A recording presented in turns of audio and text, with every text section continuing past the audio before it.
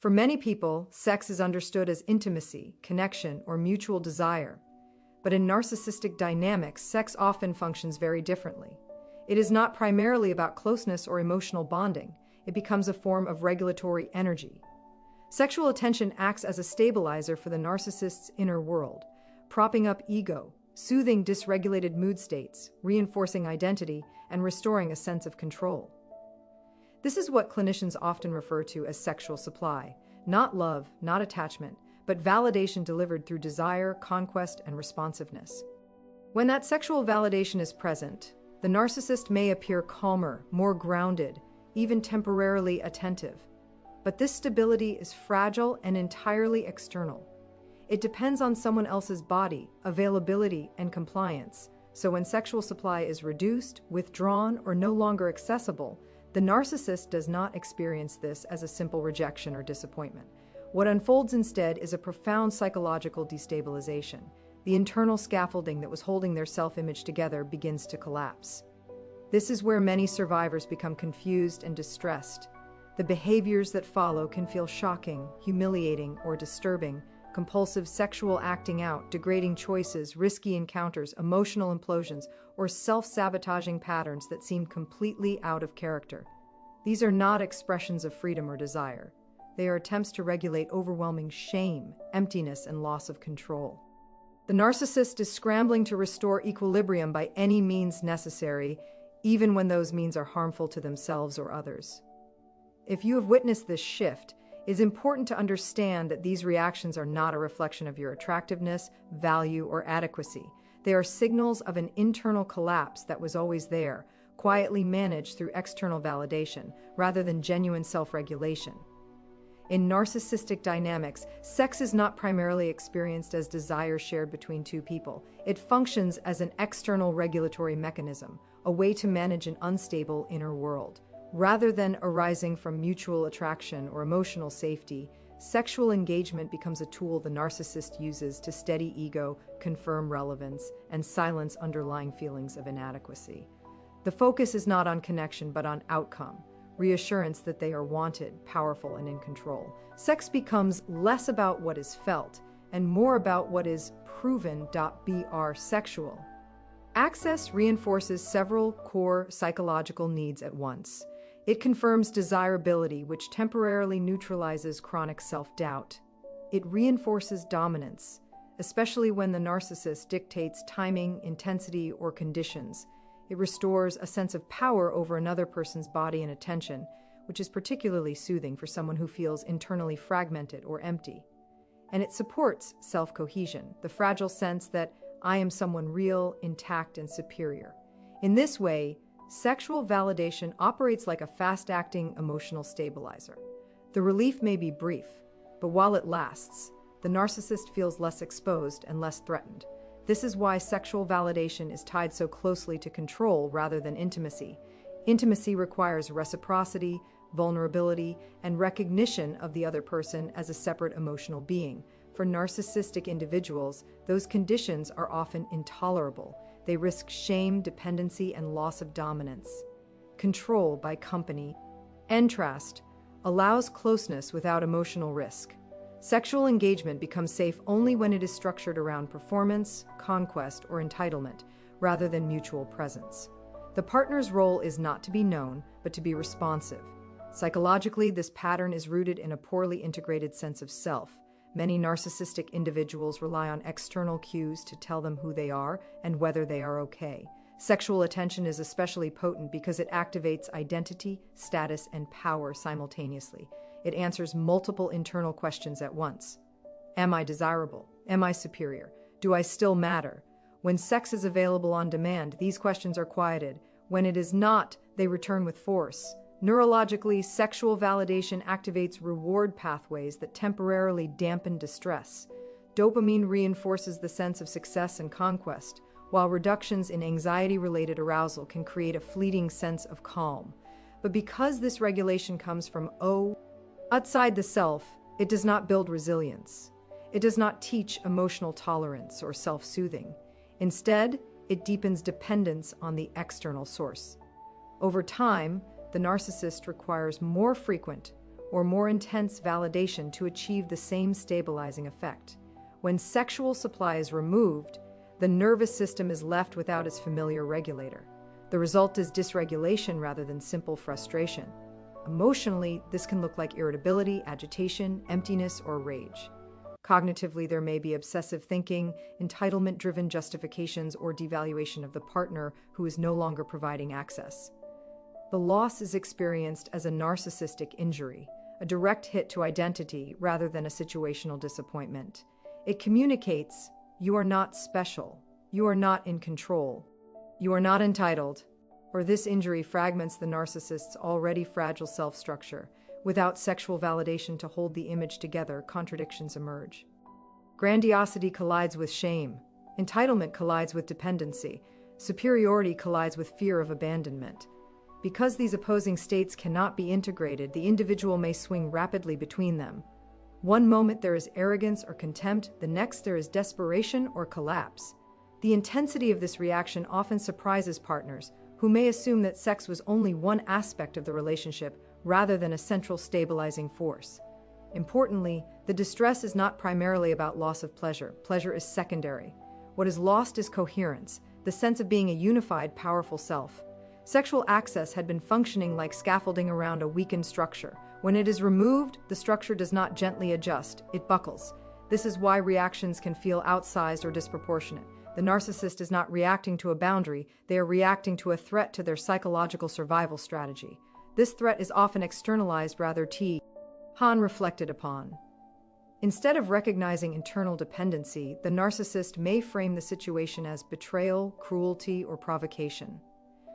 Blame is assigned outward to avoid confronting vulnerability. Control strategies may escalate because control is the fastest available substitute for regulation.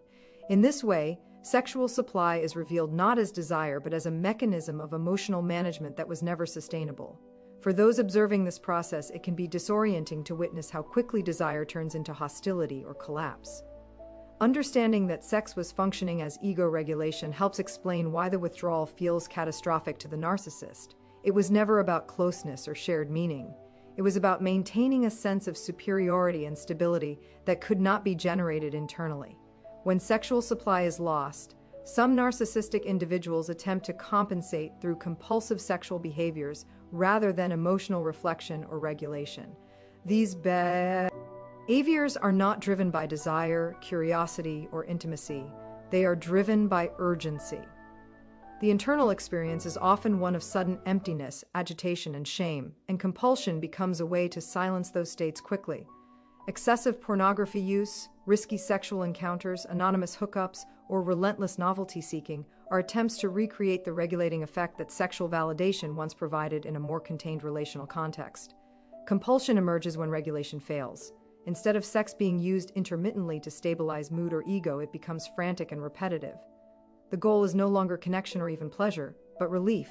Each encounter, image, or interaction is used to momentarily override feelings of inadequacy and loss of control. Shame is especially central here. The loss of sexual supply often activates deep-seated shame about being unwanted, powerless, or replaceable. Compulsive behavior provides a brief escape from that shame by substituting intensity for meaning. These behaviors also serve to restore a sense of dominance. Anonymous or risky encounters remove the need for mutuality or emotional presence. The other person becomes interchangeable, reducing the risk of rejection or exposure. Novelty becomes particularly appealing because it creates the illusion of abundance and desirability.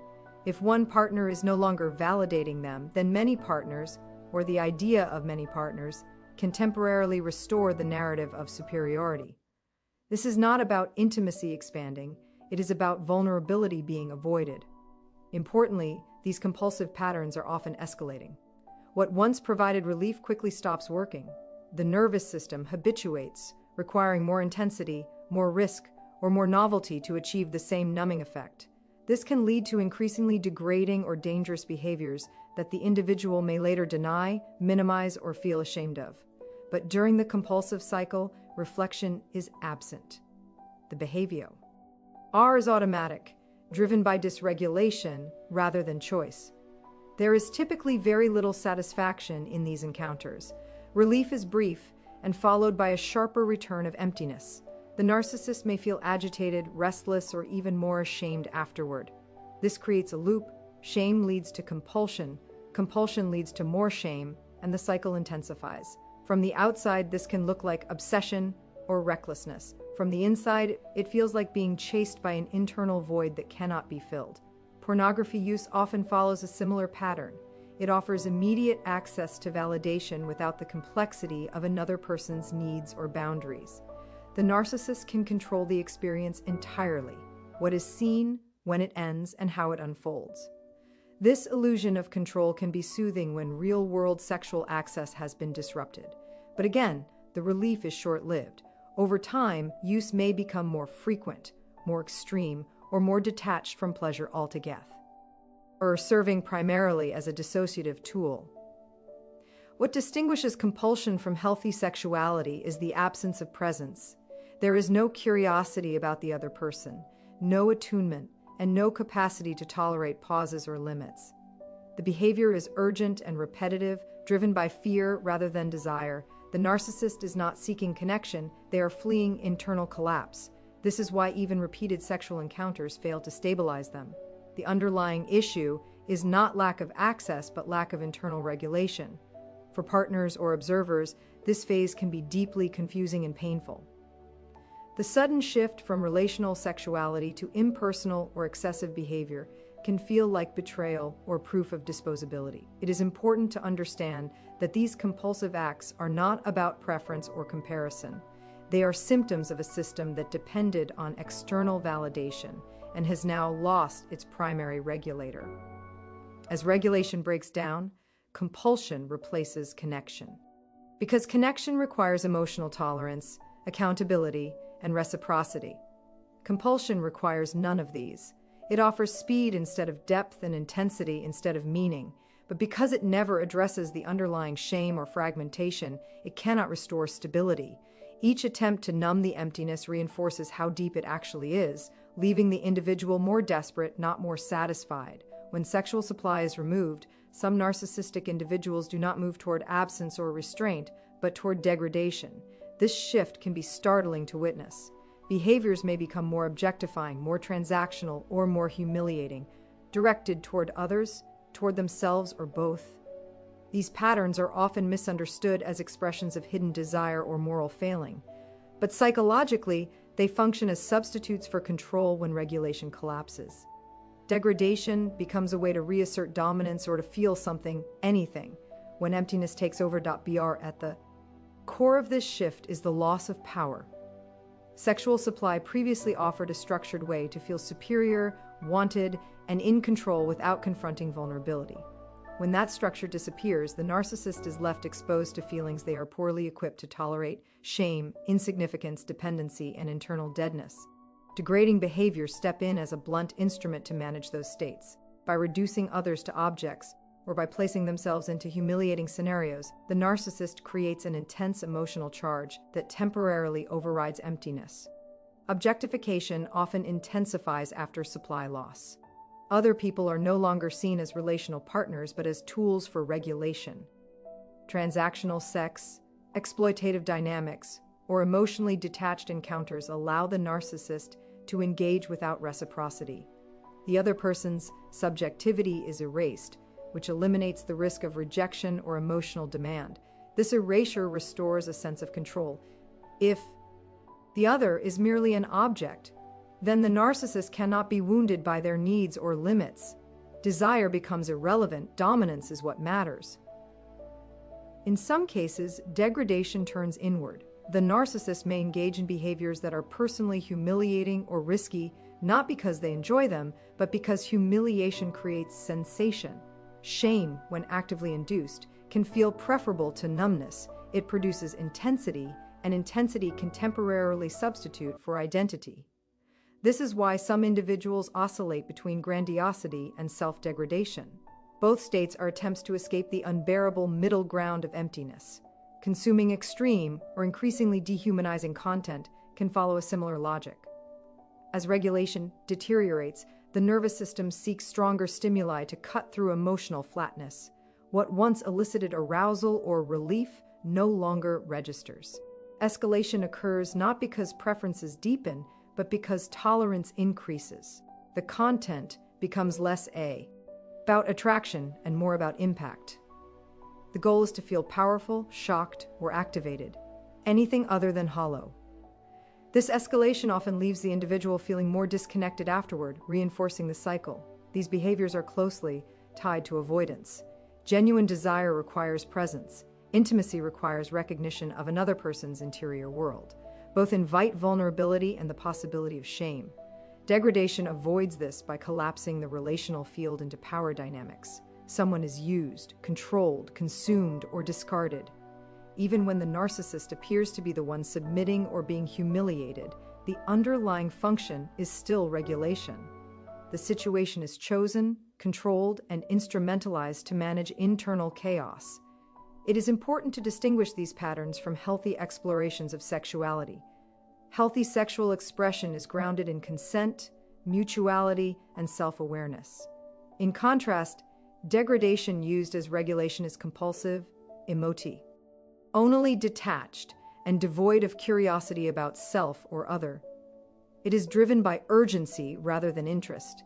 There is little reflection, before or after, only a push to escape internal states that feel intolerable. For those on the receiving end of this behavior, it can feel profoundly dehumanizing.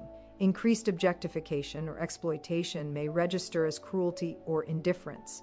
Understanding the regulatory function does not excuse the harm, but it does clarify that these behaviors are not evaluations of worth. They are attempts to regain control in the absence of internal stability. The other person becomes collateral in a struggle the narcissist does not know how to name. Morality is often used as a lens to judge these behaviors, but psychology offers a different explanation. This is not about preference, values, or authentic desire. It is about emotional numbing and power restoration. When emptiness dominates, intensity becomes the currency of survival. Degradation provides intense. It shocks the system, overrides stillness, and temporarily quiets shame by converting it into action. Over time, these patterns deepen fragmentation rather than resolve it. Each degrading act reinforces disconnection from others and from self. Control is briefly restored, but coherence is not. The individual may feel increasingly split, oscillating between contempt and collapse, stimulation and deadness. The behaviors persist not because they work, but because there are few alternatives available to someone who never developed internal regulation. Seen through this lens, degrading and objectifying habits following sexual supply loss are not revelations of hidden identity. They are emergency measures used by a psyche that lacks stable self-soothing, emotional integration, and tolerance for vulnerability. Control replaces connection, intensity replaces meaning, and avoidance replaces self-awareness, all in an effort to outrun an emptiness that cannot be escaped through domination or humiliation alone. When sexual supply is no longer available and no alternative form of regulation has been developed, some narcissistic individuals move beyond compulsive or degrading sexual behaviors into broader patterns of self-destruction. These patterns can include substance abuse, reckless spending, unsafe relationships, or the gradual erosion of work, health, and stability. What links these behaviors is not impulsivity alone, but function. Each action serves as a maladaptive attempt to regulate unbearable internal states when the familiar stabilizer is gone. Sexual supply once provided a predictable way to discharge tension, restore ego, and quiet shame. Without it, the nervous system remains chronically activated. Anxiety, agitation, and emptiness persist with no reliable outlet. Self-destructive behaviors offer intensity and distraction. Substances can blunt emotional pain or artificially elevate mood. Reckless spending creates a brief sense of power and entitlement. Danger. Rouse relationships reproduce drama and control. Each behavior temporarily interrupts internal distress, even as it plants the seeds for further collapse. These actions are often framed externally as freedom or rebellion, but internally they are driven by desperation. The narcissist may experience a sense of being out of control, irrelevant, or unseen. Self-destructive behaviors provide a momentary illusion of agency. Choosing risk can feel better than feeling powerless. Sabotaging stability can feel preferable to confronting emptiness. The cost of these behaviors is often minimized in the moment because the immediate relief feels urgent and necessary. Escalation is a defining feature of this pattern. What initially provides relief quickly loses effectiveness. A substance that once dulled shame now barely touches it. A purchase that once restored status now feels empty. A risky relationship that once provided excitement now feels chaotic and threatening. As tolerance builds, the individual increases the intensity or frequency of the behavior. This escalation is not conscious planning. It is the nervous system demanding stronger stimuli to achieve the same regulatory effect. Our shame plays a central role in this cycle. Each self-destructive act generates more shame about loss of control, about failure, about dependency. Rather than being processed, this shame is avoided through further acting out. The individual becomes trapped in a loop where behaviors meant to manage distress actually amplify it. The gap between the grandiose self-image and lived reality widens, increasing internal fragmentation. Work and health often suffer in quieter ways. Sleep becomes irregular, focus deteriorates, physical symptoms are ignored or dismissed, professional obligations may be neglected, not always dramatically, but through gradual disengagement and self-sabotage. These losses further erode self-esteem, which then fuels more acting out. The narcissist may externalize blame on stress, others, or circumstances to avoid confronting the role of internal dysregulation. Relationships during this phase are often unstable and unsafe. The individual may gravitate toward partners who enable chaos, reinforce entitlement, or mirror their own dysregulation.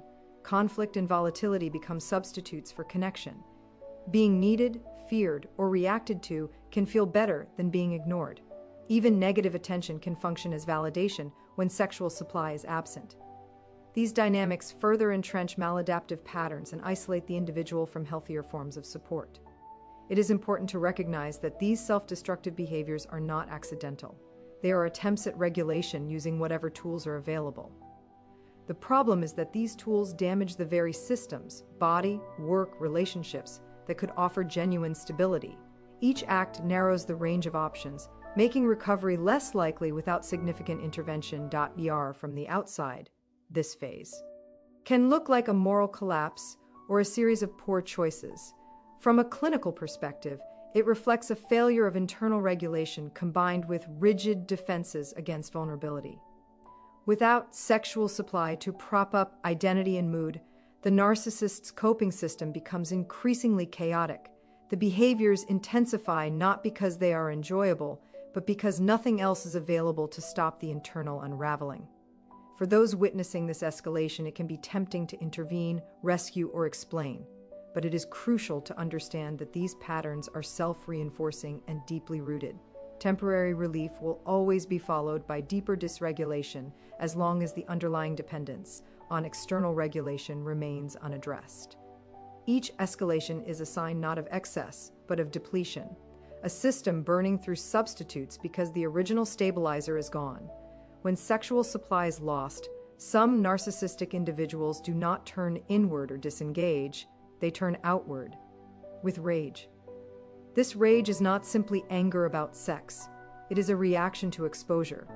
The withdrawal of sexual validation strips away a primary defense against shame and powerlessness, and what rushes in is an intense need to regain control.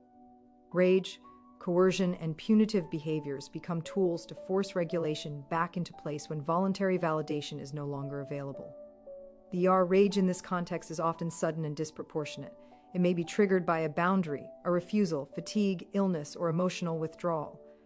To the narcissist, these moments are not neutral events. They are experienced as humiliations.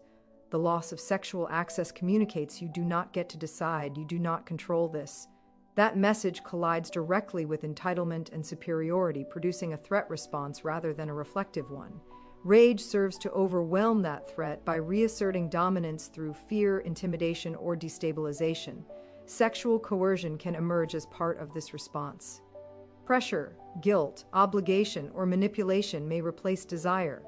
The narcissist may frame sex as a duty, proof of loyalty, or requirement for peace. Emotional withdrawal, sulking, or hostility may be used to force compliance. These behaviors are not about longing or attraction. They are about restoring hierarchy. If sexual access can be extracted rather than freely given, control feels reestablished, even if the encounter itself is hollow. Sexual withholding can also become a weapon. When the narcissist senses loss of control, they may withhold affection or sexual contact as punishment. This is not an expression of boundaries or self-protection. It is a strategic withdrawal designed to induce anxiety, self-doubt, and pursuit in the partner. The goal is to flip the power dynamic so that the other person becomes preoccupied with regaining closeness, while the narcissist regains the upper hand. Desire is replaced by leverage. Triangulation through affairs or flirtations often follows a similar logic. By introducing a third party, real or implied, the narcissist attempts to restore desirability and dominance simultaneously. The message is not subtle: you are replaceable. Affairs in this context are less about connection with someone new and more about destabilizing the primary partner. The narcissist may exaggerate attention from others, hint at opportunities, or openly engage in infidelity to provoke jealousy and insecurity. This reaction is about control through comparison, not about sexual fulfillment. Shaming is another common tactic. The partner may be criticized for their body, libido, responsiveness, or emotional needs. These attacks are designed to shift the focus away from the narcissist's dependency and onto the partner's supposed inadequacy. If the partner can be made to feel defective or selfish, the narcissist avoids confronting vulnerability. Shame becomes a tool to regain dominance by collapse, the other person's confidence. What unites these behaviors is avoidance of vulnerability. Genuine intimacy would require acknowledging hurt, fear, or dependency. That level of exposure is often intolerable. Instead, the narcissist reaches for control strategies that create distance while maintaining power. Rage replaces grief. Punishment replaces dialogue. Manipulation replaces mutuality. These responses can feel aggressive and intentional, but they are reactive attempts to prevent psychological collapse. It is important to note that these tactics often escalate when they fail. If coercion does not restore sexual supply, it may intensify. If withholding does not produce pursuit, triangulation may follow. Each tactic is tested in service of the same goal: restoring the narcissist's sense of dominance and emotional regulation. When one method stops working, another is deployed. The partner may feel as though the rules are constantly changing because they are from the outside teach. Easy behaviors are sometimes misinterpreted as confidence, desirability, or strength. In reality, they signal fragility. A person who is secure does not need to punish, coerce, or threaten to maintain intimacy. These actions reflect an inability to tolerate equality and a fear of being emotionally exposed. Control is used to mask dependency, and sexuality is weaponized to avoid acknowledging need. For the partner, this phase can be especially destabilizing. Sexuality, which might once have felt connecting or at least predictable, becomes charged with fear, obligation, or humiliation. Confusion often sets in as affection alternates with punishment, desire with contempt. Understanding the regulatory function of these behaviors can help clarify that they are not expressions of passion or desirability. They are strategies designed to restore power when sexual supply and the stability it provided has been disrupted. At no point in this cycle is the narcissist engaging from a place of emoti. Onal presence. Every tactic is aimed at avoiding the experience of vulnerability and loss of control. Sexual retaliation is not about wanting the other person. It is about refusing to feel small, dependent, or unseen, and using dominance as a substitute for self-regulation when intimacy feels too dangerous to tolerate. When you step back and look at these patterns as a whole, the most important shift is not understanding the narcissist more deeply, but understanding what their behavior means for you. Clarity is what restores stability on the partner's side of the dynamic. Without that clarity, it is easy to internalize confusion, personalize volatility, and assume responsibility for reactions that were never yours to manage. Recognizing that these behaviors are predictable responses to dysregulation, not reflections of your desirability, effort, or worth, creates psychological safety where there was once self-doubt. Narcissistic reactions to the loss of sexual supply often feel intensely personal. The rage, withdrawal, infidelity, degradation, or collapse can make you question what you did wrong or what you failed to provide.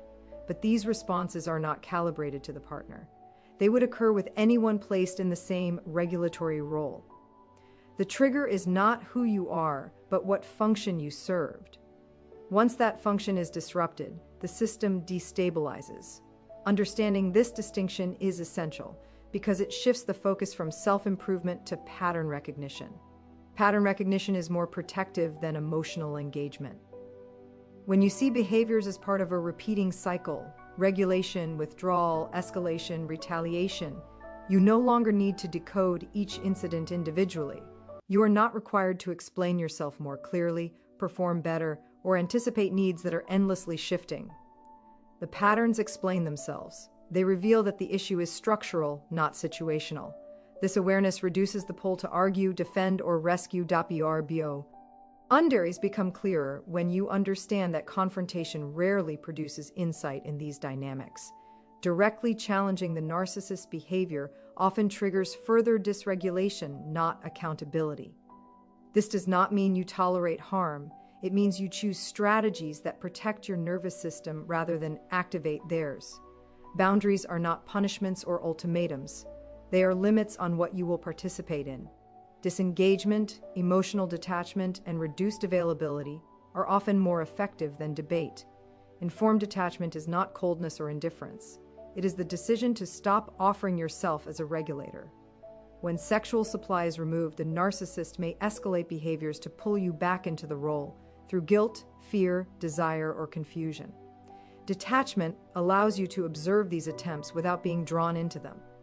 You may still feel emotions, but you are no longer organized around managing theirs. This shift is often uncomfortable at first, especially for partners who are empathic or relationally attuned, but it is stabilizing over time. It is also important to release the belief that consistency, patience, or understanding will eventually resolve these patterns. The behaviors you have seen are not misunderstandings. They are coping strategies. As long as the narcissist relies on external regulation, the cycle will repeat in some form. Your job is not to fix the system, but to decide how close you want to be to it. Awareness gives you that choice. For many partners, the most painful realization is that moments of closeness were conditional. Sexuality, affection, and attention were available when they served a regulatory purpose and withdrawn or weaponized when they did not. This can be deeply destabilizing, especially if you believed intimacy was mutual. Grieving that reality is part of reclaiming your own clarity. The loss is real, even if the structure was never sustainable. As understanding deepens, the narcissist's behaviors often lose their emotional charge. Rage looks less intimidating when you recognize it as dysregulation. Sexual retaliation looks less seductive when you see it as control. Collapse looks less tragic when you understand it as dependence on a system that cannot self-regulate. This does not make the behavior harmless, but it makes it legible. And what is legible is easier to step away from. Ultimately, awareness is liberating because it removes you from the center of the chaos. You no longer need to wonder what it means, what it says about you, or how to make it stop. You see the pattern, and the pattern explains the behavior. From that place, you can prioritize your own psychological safety, choose boundaries that support your well-being, and disengage from dynamics that were never about intimacy in the first place.